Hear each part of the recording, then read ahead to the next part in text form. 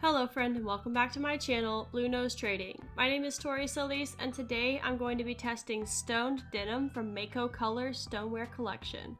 I'll be testing this glaze on 7 different clay body test tiles as well as on a textured white stoneware mug. This is a cone 6 glaze that's listed as lead free and dinnerware safe by the manufacturer. Before I open this glaze, I want to make sure that it's mixed extremely well. I'll start by giving the jar a good shake using my thumbs to secure the lid so I don't end up with glaze all over my face in studio. After giving the jar a good shake, I'm going to ensure this glaze is well mixed by using an egg beater attached to a power drill. You want to ensure that your glaze is thoroughly mixed and there isn't any mineral material clumped up at the bottom of the jar. If you have mineral clumped up at the bottom of the jar and not mixed into your glaze, you can get inconsistent or unexpected results. I'm going to be brushing my glaze onto my test tiles. I brush my tiles in 1, 2, and 3 coats with the thickest coat at the top of the tile. I fire my tiles hanging on a high alumina rod to see how the glaze will perform on a vertical surface. In this way, I'm testing for running. With the thickest coat of glaze at the top of the tile, if a glaze is going to run, it's got somewhere to go. I like to test glazes on lots of different clay bodies to get a general idea of how a glaze is going to behave on different colors and surfaces. Everyone out there is working with some different kind of clay, and maybe one of these tiles can help you guess at what might happen for you. As always, I strongly recommend that you make your own test tiles and fire them in your own kiln. Fire your tiles exactly how you would fire your normal work. There are a lot of different factors that go into how a glaze is going to turn out, and the best way to see how a glaze is going to work for you in your kiln on your clay with your application process is to do your own testing. Looking at the textured white stoneware mug, this glaze is a glossy blue-green that breaks to a lovely warm brown over the textured surfaces.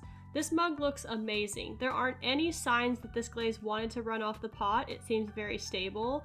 The colors look great together and the effect is consistent across the entire mug surface.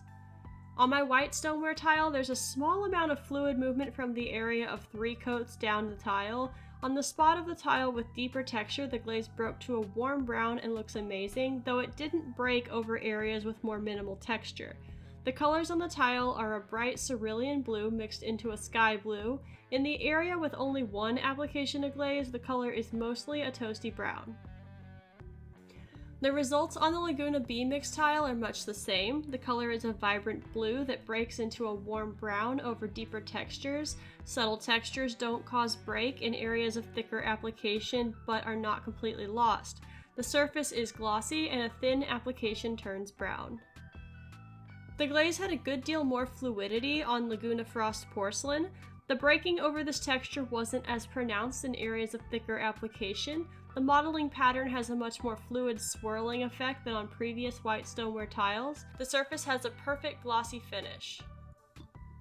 The results are consistent on my speckled stoneware. The speckles add a subtle brown fleck to the glaze. The glaze is slightly fluid and breaks best over deeper texture areas to a warm brown. The color is a bit more of a blue-green on the Laguna Speckled Buff tile. The deep texture on this tile really shows off how this glaze breaks to a warm brown with a perfect glossy finish. The speckles show through as subtle muted brown in the overall composition of the glaze.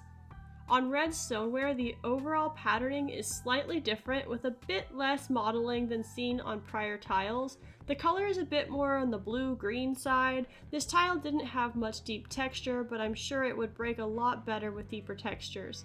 The surface is glossy and stable with no signs of running. The area of thin application is a much darker brown, suggesting it would break to a darker brown over textures. This glaze looks great on Laguna B3 Black with a distinct flavor to the coloration and patterning that is a bit different than any other tile. The patterning has a bit of a TV static look and gives both blue and blue-green areas that break to a rich dark brown over texture. The flawless glossy surface makes this glaze seem a great fit for this fickle clay. All around, this glaze is stable and glossy with colors that range in shades of blue and blue-green, breaking to different tones of brown depending on the underlying clay body. This glaze was a great fit and gave great surface to every tile tested today. It's dynamic and performs exceptionally well in breaking over heavily textured surfaces. This is a wonderful glaze that applies well and performs, and I'm sure you can find a place for it in your own studio. Thank you so much for tuning in this week. I hope you enjoyed learning more about this glaze and can make use of this information in your own studio. If you'd like to help support my channel so I can get more glazes to test for you, consider becoming a member of my channel right here on YouTube. If you'd like to see all the ceramics I currently have available for sale, visit my website, bluenosetrading.com. If you want to stick around for more art videos, be sure to subscribe to this channel, Blue Nose Trading. Thank you so much for being here until the end of the video. Remember that you have great ideas that are worth exploring, drink enough water, and I will see y'all in the next video.